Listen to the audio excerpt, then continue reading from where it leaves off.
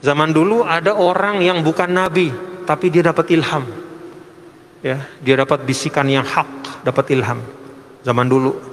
Kalau ada di antara umat saya yang kayak begitu, itulah Umar. Gitu.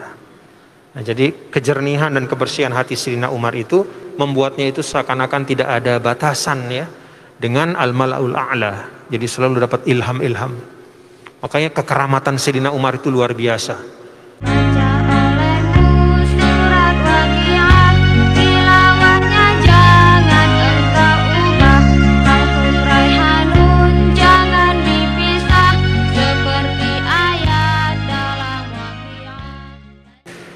Wattakhidhu min maqami Ibrahim musalla. Nah, ini perintah kepada kita semua.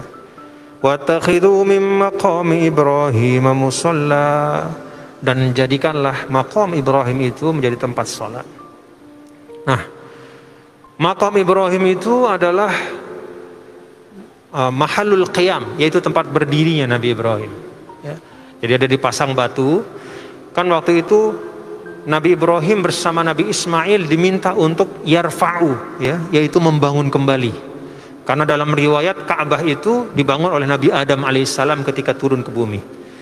Nabi Ibrahim tugasnya bukan membangun dari awal, tapi yarfa'u, yaitu membangun ulang. Dari Nabi Adam ke Nabi Ibrahim itu banyak masanya, datang banjir dan segala macam karena Mekah itu adalah lembah, ya, lembah sehingga kalau ada air naik, air dari gunung itu turun bisa banjir. Sampai sekarang masih kadang-kadang banjir. Nabi Ibrahim diminta untuk yarfa'u, mengangkat Ka'bah, memunculkan kembali supaya kelihatan. Pada saat proses membangun itu, batu demi batu Nabi Ibrahim membangun, dibantu oleh putra beliau Nabi Ismail. Ketika semakin tinggi, maka Nabi Ibrahim perlu batu untuk berdiri di atasnya, untuk menyempurnakan Ka'bah itu sampai ke ketinggian yang diminta oleh Allah. Tempat berdiri itulah namanya maqam. Batu tempat beliau berdiri supaya bisa menyempurnakan, meletakkan tembok Ka'bah. Dulu batu itu menempel, ya, di tembok, ya, menempel dia. Tapi kemudian pada masa Sayyidina Umar itu dimundurkan, ya, dimundurkan sampai ke tempatnya yang sekarang. Itu. Sekarang ada dibuat. Nah, disunnahkan untuk sholat 2 rakaat di belakang, ya. Nah, ini ada ceritanya. Kalau Tuan Guru kita ingat ya di dalam hadis, ya Tuan Guru, ya, ini adalah salah satu, ya, ayat yang menunjukkan kesolehan dari Sayyidina Umar Sayyidina Umar radhiyallahu anhu. Jadi Sayyidina Umar radhiyallahu anhu mengatakan wafaqtu rabbi fi salas. Saya itu dengan karunia Allah itu bertepatan, ya, bersesuaian dengan takdir Allah di dalam 3 hal. Yang pertama, ketika tawaf di Ka'bah, kemudian saya mengatakan kepada Rasulullah SAW, ya Rasulullah, ini kan maqam Ibrahim. Kata Nabi, iya. Lalu saya katakan, ala nattakhidhu maqam Ibrahim musalla. Alangkah indahnya kalau kita sholat di belakangnya, kira-kira gitu. Turun ayat ini. Jadi ayat itu turun bersamaan dengan ilham yang Allah berikan kepada Sayyidina Umar. Ya, ungkapan Sayyidina Umar itu bersamaan dengan wahyu yang diturunkan oleh Allah Subhanahu wa taala kepada baginda Nabi besar Muhammad SAW. Lalu yang kedua, kata Sayyidina Umar, ya Rasulullah, yadkhulu alaika al-barr wal fajir, ya, hala amarta ummahatil mu'minin bil hijab, gitu kira-kira. Ya Rasulullah, rumahmu itu dimasuki oleh orang baik dan orang buruk. Namanya Nabi SAW kan banyak orang datang. Apakah tidak sebaiknya, ya, ummahatul mu'minin, yaitu sebinian-sebinianmu, ya, istrimu ya Rasulullah, itu menggunakan hijab? Turunlah ayat hijab, ya, turunlah ayat hijab.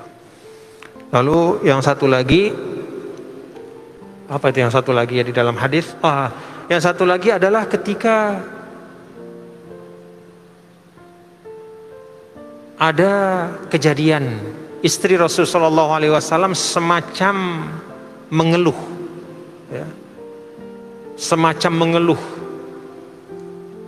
Lalu kemudian Sayyidina Umar mengatakan kepada Rasulullah SAW, ya, ya Rasulullah, nggak usah takut, ditalak saja, nanti Allah akan gantikan dengan istri yang lebih baik. Turunlah